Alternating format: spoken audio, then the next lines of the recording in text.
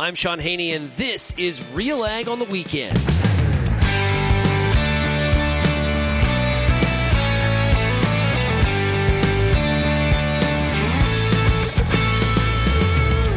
Let's get real and get connected with the week that was in Canadian agriculture. Realag on the Weekend starts now. Welcome to Realag on the Weekend here on 650 CKOM and 980 CJME. I'm your host, Sean Haney of RealAgriculture.com. Hope you had yourself a great week and you got done what you needed to. I know a lot of frustration out there with spraying. A lot of frustration with spraying. The wind has been brutal. We had a bit of a, seeding season was kind of pushed back a little bit this year because of some of the rain, which we will, of course, take, and we like that. But, there's some, it shrunk the spraying window, and the fact that it necessarily has not warmed up to the extent that we would, I'm going to say to the extent that we would expect at this time of the year, but I looked at some of the average temperatures for this time of the year, and we are kind of in the vicinity, but it just feels like, man alive, it should be warmer out there, and hopefully we've got some warmer weather coming in the forecast because we want to see these crops launch ahead. We got grasshoppers, we got flea beetles, there's some pests that are out there trying to take away some of this yield. We're off to a good start. This is one of the things that's a little bit different from some of the past years, right? In the past years, I don't know. Should I just let the grasshoppers take it? Maybe. That might be my most economically best decision. Well, we've got more of a crop out there, and so we're going to want to control these pests and protect that good start that we're off to. Now, are we out of the woods when it comes to some of these pests? Absolutely. Or from Mother Nature? Absolutely not. She still needs to cooperate, needs to turn the heat up a little bit, and also we're going to need some more showers in some parts of the province in the weeks ahead. So, lots to chat about here today on Realag on the Weekend. We're going to hear from Greg Northey of Pulse Canada, very concerned about how some of the labor action in Canada on multiple levels, it really is impacting our international reputation when it comes to being a reliable, on-time exporter. We're producing high-quality stuff, but can we get it to the customer when they need it? We're also going to hear from Jim Tansey of Government of Saskatchewan, talk about grasshoppers. You heard me talk about this on last week's show. There is we're going to get an update from him on what some of the populations are in the province. We're also going to hear in a product spotlight, we're going to hear from Barry Mann of Genesis Fertilizers. They're trying to raise some capital to create a farmer majority-owned fertilizer plant out in Belle Plaine.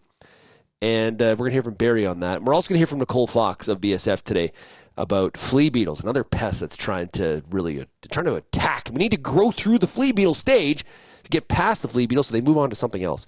If you have any feedback on today's show, send me an email, shaney@realagriculture.com. You can also find us across all the different social media platforms. Okay, we're Real Agriculture on all of them. You can also call the Realag feedback line, 855-776-6147. Well, earlier this week on the Realag Radio podcast, our editor of RealAgriculture.com, Lindsay Smith, had a chance to talk to Greg Northey of Pulse Canada, referring to a column that we have posted at RealAgriculture.com from three organizations, from their CEOs, equally concerned about our reputation globally based on labor issues.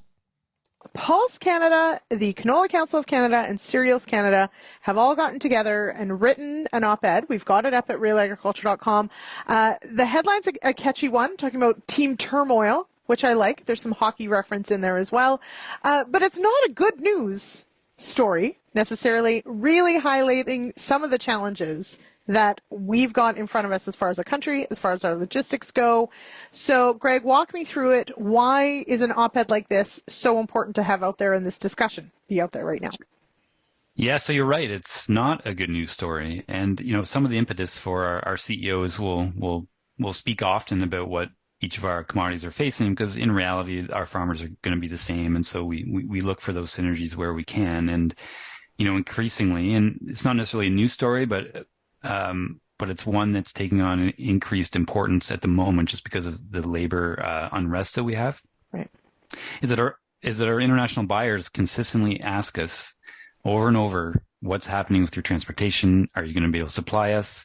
And so it's becoming a serious market access, in a more serious market access issue and a competitiveness issue. And so this has really kicked off recently because, we have four at the moment, really significant labor negotiations happening that are either on the verge of a strike or could be in a strike position in the next few weeks, next month. And so it felt like the right time to, again, draw attention to this issue. And obviously labor relations are one of the pieces, but, we've had our atmospheric rivers, we've had fires, all kinds of things that we could start facing this summer as well.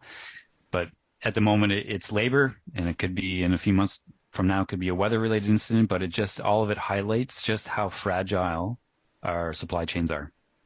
So, and let's recap some of that. So we do have, for the first time, the potential of a dual strike at CN as well as I have to say it right, CPKC. Yeah. It's a tongue twister. So there's the potential that both could be on strike at the same time, which I don't think that's happened in a very long time.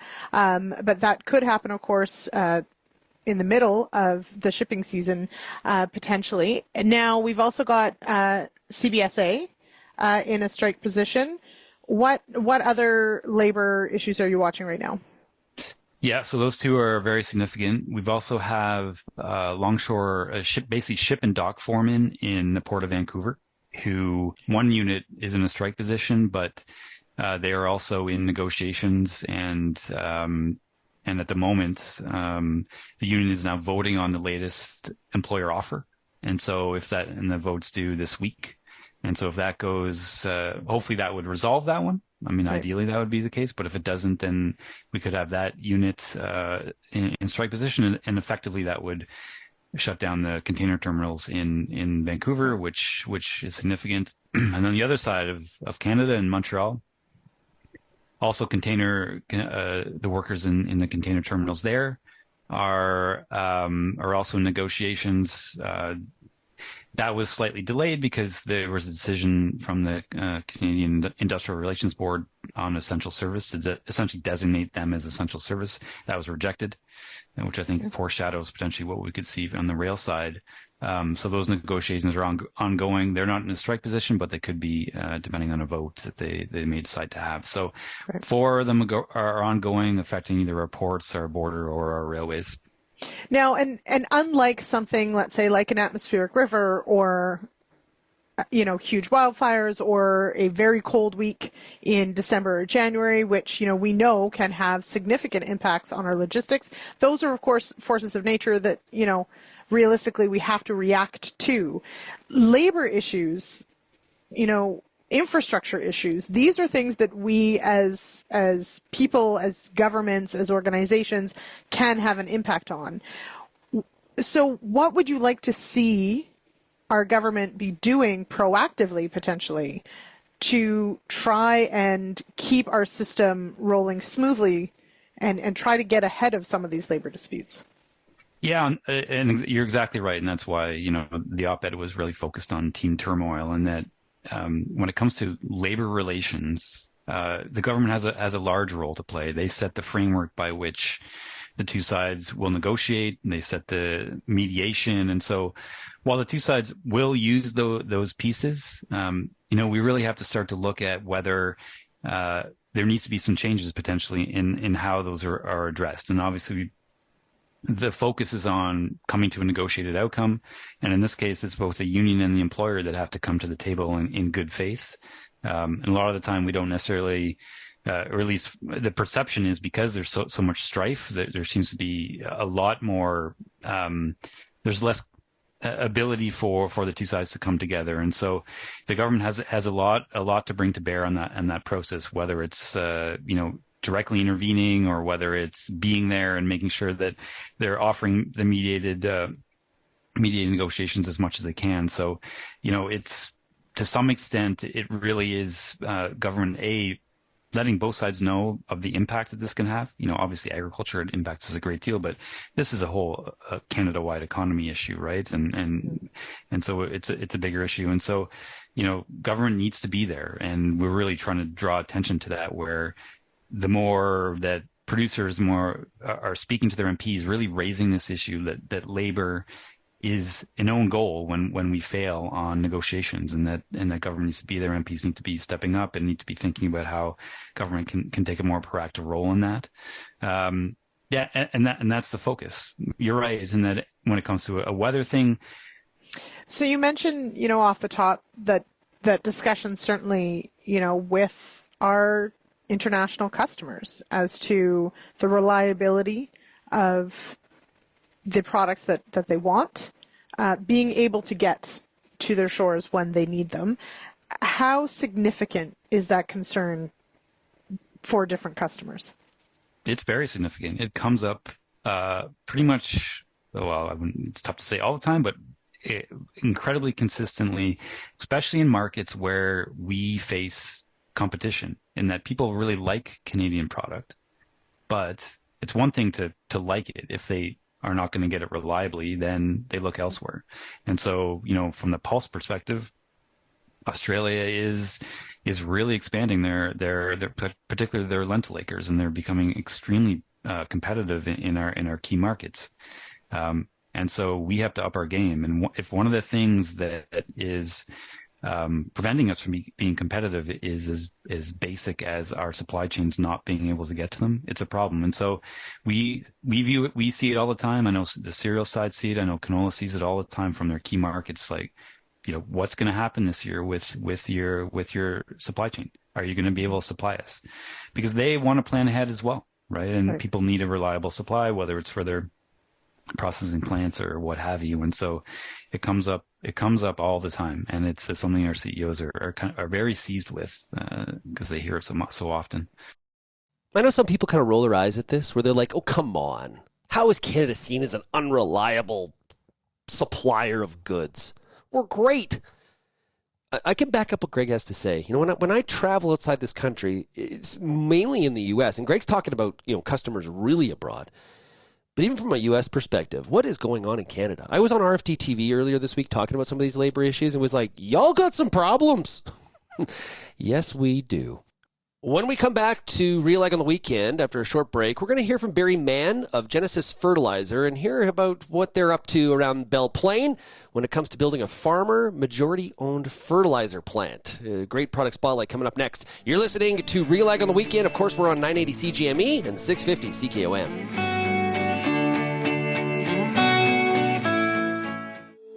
If you're involved in the agriculture industry, it's important to stay informed on all the latest issues affecting your business. At RealAgriculture.com, we offer fast, reliable news, information, and insights to help you keep on top of all of the latest in Canadian agriculture. Visit RealAgriculture.com and sign up for our free daily newsletter covering everything from news, agronomy, animal agriculture, and much more. Visit RealAgriculture.com/subscribe today. There's a reason we call it the Corn School. Videos on everything from planter setup to weed control, field trial results, and the latest yield strategies. The Corn School on RealAgriculture.com has the information and advice you need to help you succeed. Brought to you by Pride Seeds and BASF. Corn School episodes are available at cornschool.com, from RealAgriculture.com, or as a podcast in your favorite podcast app.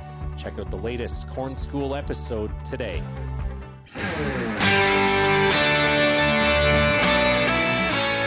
It's now time for a product spotlight, this time with Genesis Fertilizer. We're joined by the Vice President of Investor Relations with Genesis Fertilizers. It is Barry Mann. Barry, great to chat with you again. Hey, good morning, Sean. Great to meet. Yeah, okay. So, Barry, let's talk about what's going on at Genesis. But before we do that, I want to hop over and find a little bit more about, you recently attended a major international fertilizer conference in Singapore. What did you learn there?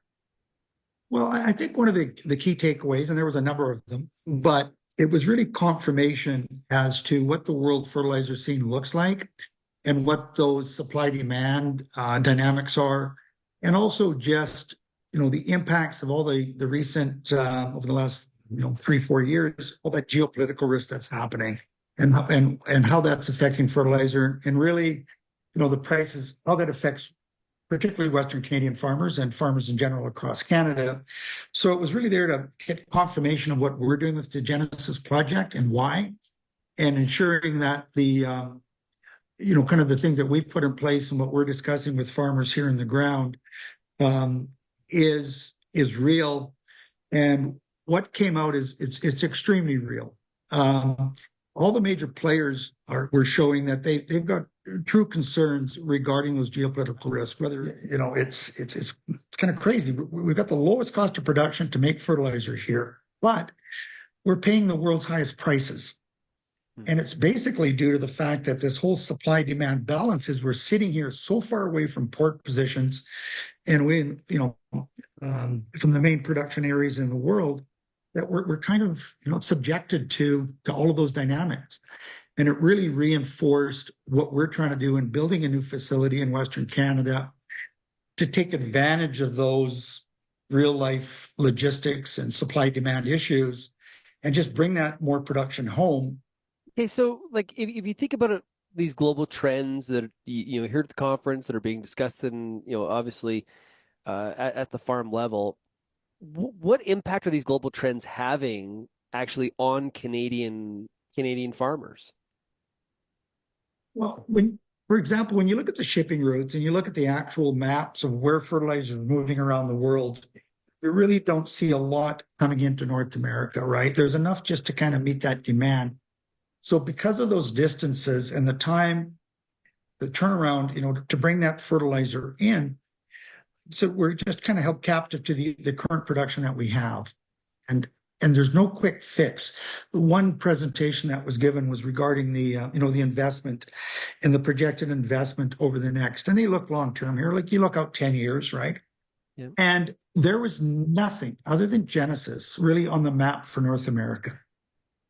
And when these big worldwide companies are looking to where they're going to deploy their assets, one thing that came out, and you look at East Asia, you look at countries like India, even Brazil, and across in South America, and where the demand is increasing more there. So these big companies are looking at more of those areas where they're going to deploy capital, just because of that growth demand. So North America, we're looking at say 1.5% growth.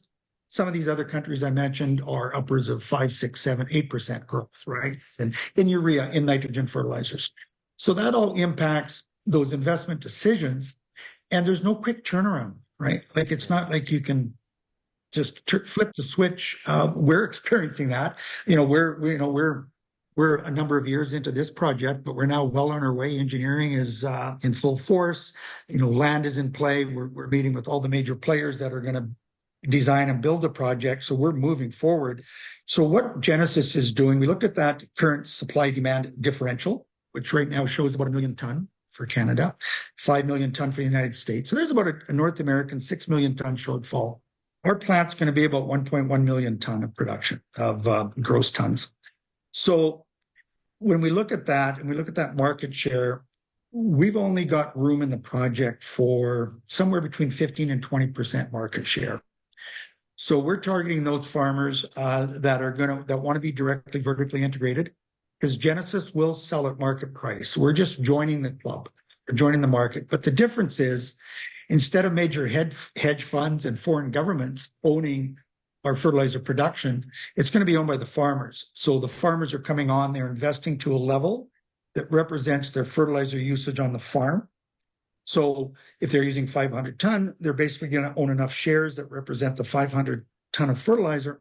They then receive the profits and the dividends on those tons. So their net fertilizer price at the end of the day will be closer to the manufacturer's cost, which right now is, according to our data, it's about $240 in Western Canada. That includes interest on the debt.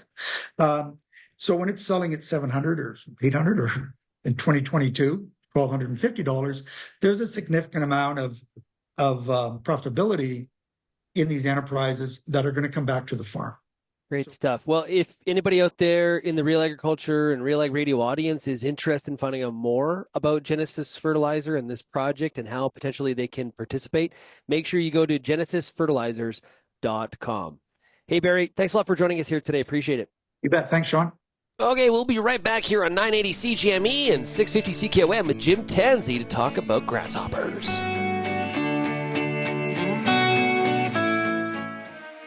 Get all the information you need to keep your pulse crop healthy and profitable with the Pulse School on RealAgriculture.com. The Pulse School is a free YouTube video series covering agronomy, research, and more across a host of different pulse crops. It's also available as an audio podcast wherever you download or stream your favorite podcast. Check us out on YouTube or visit RealAgriculture.com. The Pulse School, brought to you by BSF Canada. The Canola School on RealAgriculture.com is your one-stop shop for everything a canola grower needs. Check out our free video series on YouTube for all the latest in canola agronomy, research, marketing, and more. Don't have time to watch? Download the podcast version of the Canola School on RealAgriculture.com or anywhere you download your podcasts. Stay on top of all things canola with the Canola School on RealAgriculture.com, brought to you by BASF and Invigor Hybrid Canola.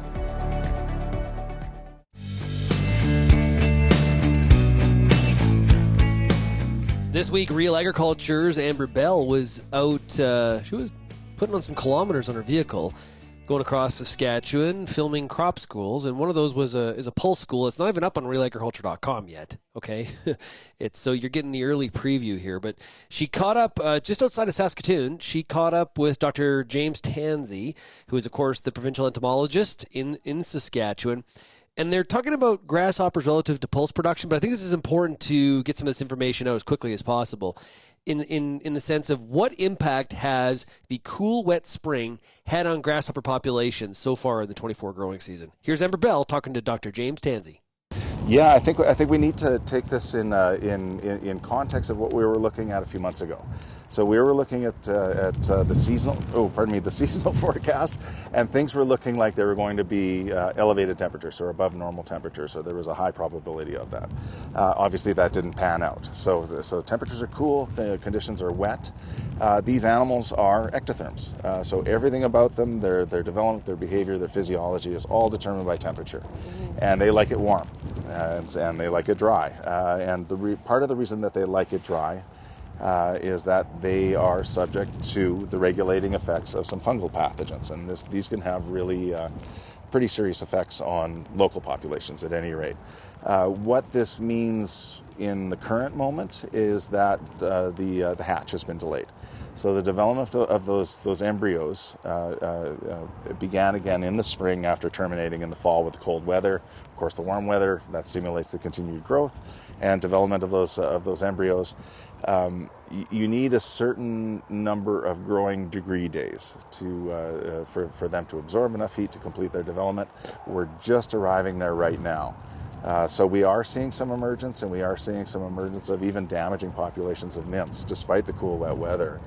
So, judging by the oviposition index that was developed by Ag Canada, we are looking at a lot of eggs that went into the soil last year, and the possibility of some pretty serious hatches this spring. This cool, wet weather will continue to delay them, can slow down their activity, and of course, once those nymphs come up, they can become exposed to those fungal infections. Now, because it's been cool and wet, can producers just sort of forget about grasshoppers? Should they still be monitoring? What recommendations would you make? I would recommend to continue monitoring. Of course, the seedlings can be very sensitive to grasshopper feeding, even from relatively moderate numbers of nymphs. And they need to take that into consideration. So we don't really have hard thresholds for nymphs in seedlings.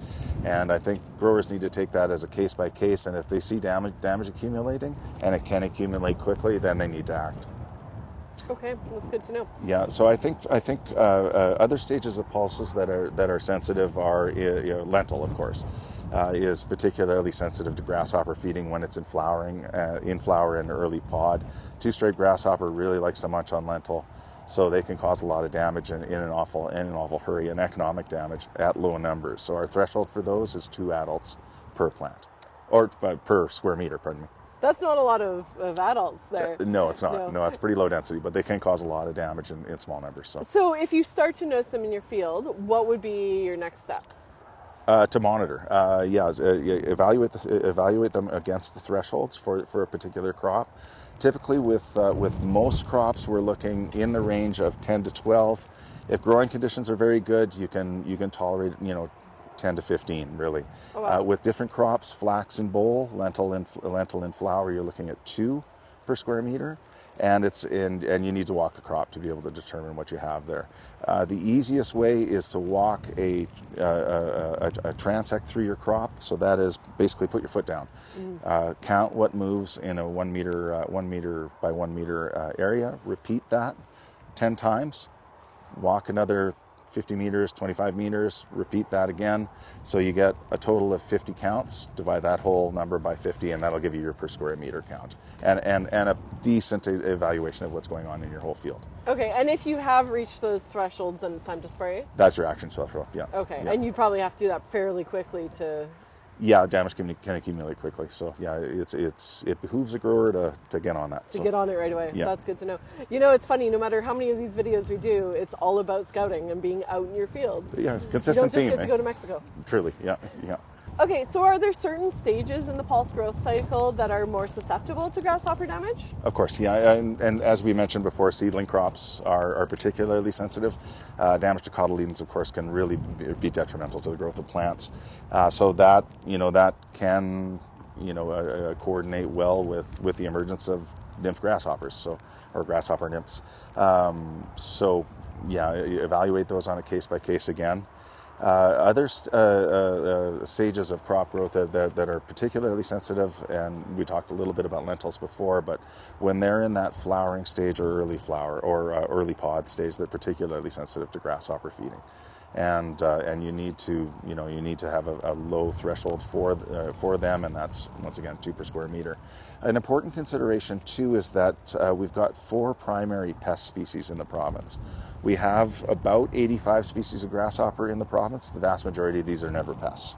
Oh, so cool. we have a relatively good diversity of grasshoppers. You mentioned before the speckled rangeland grasshopper that you've been seeing with the red wings in the spring, not a pest. So yeah, if it has colored wings, or if it's a noisy flyer, or a chirper, or a caller, or has long antennae, not a pest. Then they just look pretty. Yeah, good. Bird food. Yeah, or gopher food, as the case may be. Once again, we have 85 species of grasshopper in the province. The vast majority of these are not damaging. So we do have 4 kind of, repeat offenders, as it were. So why this is important is they have different host preferences. So we have a couple that are considered ambivorous. So that is ambivalent about what they feed on. So two-striped migratory grasshopper and Packard's grasshopper are both considered to be ambivorous, although they still demonstrate preferences for different plants. But a good rule is they will consume most crops. Then can be problematic in a number of different settings. Two-striped grasshopper tends to prefer broadleaf plants, less of a cereal problem, although they can be damaging in cereal as well. So they don't do as well on grasses, but they can be a problem in cereal crops. Cereal crops are a favorite of clearwing grasshopper, which is a relatively smaller grasshopper. A couple of the species that we talked about, two-stripe and Packards, those are some of those girls are pretty big, 1.5 inches plus, right? The females are larger than the males. In the case of migratory, that's about 1.2 inches, 1.1 inches. Clearwing, about 1 inch. So relatively smaller, about half the size of a two-striped grasshopper as an adult, but they make up for it in appetite and numbers. But they really love cereals. Why that's important to pulse growers is, and I recommend the viewers take a look at our identification webinar on our ministry website, and I can provide you the URL for that. They're relatively easy to identify. Look for a camouflage pattern on the hind wing.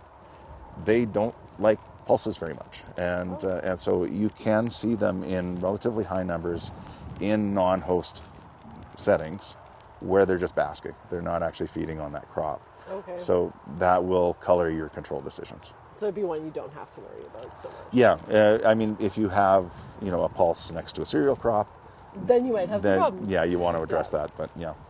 That was Dr. James Tansey in a field outside of Saskatoon, very windy and rainy, which kind of describes a lot of the conditions we are seeing in major parts of the province. So a great report there from Amber Bell. Of course, that and more is going up at realagriculture.com. So we do produce a tremendous amount of crop schools.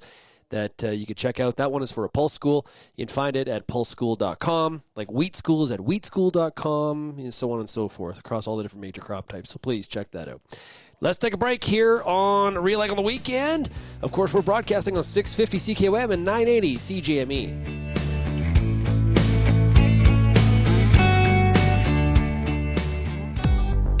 I'm Lindsay Smith from RealAgriculture.com. Join me Monday nights for The Agronomists, a 1-hour live and interactive show broadcast across YouTube, Facebook, and X. Monday nights at 8 p.m. Eastern, I host expert agronomists from all over the country to give you answers to some of the toughest agronomic questions. Join us live or catch the replay Tuesday morning. That's The Agronomists with me, Lindsay Smith, Monday nights live at 8 p.m. Eastern.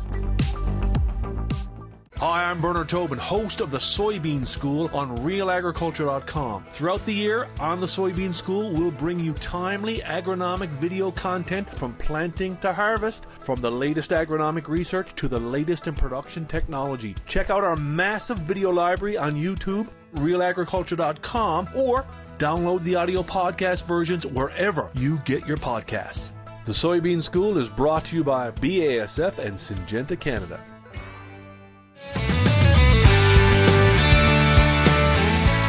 One of the major pests that creates a lot of havoc, and it's a real frustration for a lot of canola growers, is, of course, flea beetles. And we haven't had a lot of heat on the Western Canadian prairies at this point, and so we're having a hard time growing past that flea beetle period. We're kind of stuck right now where we are. Recently, Amber Bell, who has been out and about across parts of Western Canada in her vehicle, had a chance to catch up with Nicole Fox of BSF to talk about flea beetles. So taking it back to 2023, I'm sure everyone remembers a very, very hot May. I think it was 30 degrees on May 1st. It was extremely dry, all the right conditions to have flea beetles come out strong. And surprisingly, they didn't. There was lower application rates recorded last year. Maybe part of that was the uptake in the upgraded seed treatment options growers are selecting, so maybe that had a benefit. But we did see a lower pressure last year, even though it was the ideal environment for that pest. Okay, and then what are we looking at coming into 2024 now? Yeah, so coming into 2024, we really want to remind every grower that even though you had potentially a good year last year, it's really to be mindful of these pests because they really do come in strong most seasons. And we had a very mild winter and not a lot of snowfall, so likely there was a pretty high survival rate from those flea beetles on the overwintering side. So once things start heating up this spring, and the canola starts emerging or even seeding in the areas that are delayed, they're going to come in strong, I bet. Yeah, and they really like those warm temperatures. The warm, dry temperatures, and yes, will come in and completely eat up your plants. So with the flea beetles being temperature sensitive, is there any benefit to delaying seeding for flea beetles and to try and negate some of the damage they're going to do? Yeah, it's a great question, and honestly, a lot of producers have their own plans that they really like to follow. A couple key things to keep in mind are, first, that, if you are seeing canola into the cooler weathers, they are going to stay in that susceptible stage, which is cotyledon up to the 4-leaf stage, a little bit longer, which means flea beetles are going to be attacking them during that susceptible stage. We really encourage growers to be seeding when there is a warm, moist seed bed. That way you have optimal plant stand coming up and that it moves through those susceptible stages much faster. So really, that's what we recommend. And again, every producer has their own things that they like to follow. So really follow what you do typically on your farm and follow it up with monitoring regularly and then action if needed if that pest is out of control. So we all know monitoring is very important when it comes to any types of pests like these. How would you go out to scout if you're scouting specifically for flea beetles? Yes, great. First thing we really need to note is that what we're looking for. So there's two key species that we're looking for. That is the crucifer flea beetle, so they have that kind of bluish black body, and the striped flea beetle, so the same body type but with kind of two yellow waves on the back. So we're looking for those two black beetles out in the field, and we want to see them actively feeding. So once we see that and we know some things about their life cycle, like their peak emergence is around the 14 to 15 degrees. So around that timing is when you're really going to start seeing them come out, be actively feeding during those sunny hot days like today. So what you want to do is you want to start from the perimeter of your field edge and start scouting your plants there. Mainly because the flea beetles like to overwinter in the grassland headlands or, you know, along tree edges, in your neighboring fields, canola stubble, anything like that. So that's why they come from the outside and work their way in. Now, how we're going to assess these plants for damage is we're going to look at the full plant. So that's looking at cotyledons and all the true leaf stages that are out. And we're looking for a total leaf area loss of 25% to warrant a need for a foliar application. And the symptomology that we're looking for there is that shot hole feeding that goes right through the cotyledons and first leaf. And that is what we're looking for in terms of flea beetles. Okay, and then so to kind of switch gears a little bit here, some regions last year had a lot of problems with cutworms. And so what are some things that you'd have to look out for with cutworms? Is it the same type of management that would help out, or? Yeah, no, great question again. So cutworms are a different pest in themselves, but ideally they come out around the same time flea beetles do. So when you're already scouting for flea beetles, also keep an eye open for cutworms. So last year there was in central Alberta a pretty good outbreak that did warrant some foliar applications, and sporadic throughout the other prairie provinces. So in central Alberta, it was the redback cutworm that was the problem last year. So it has kind of a brassy colored body with these two dull red stripes on the back.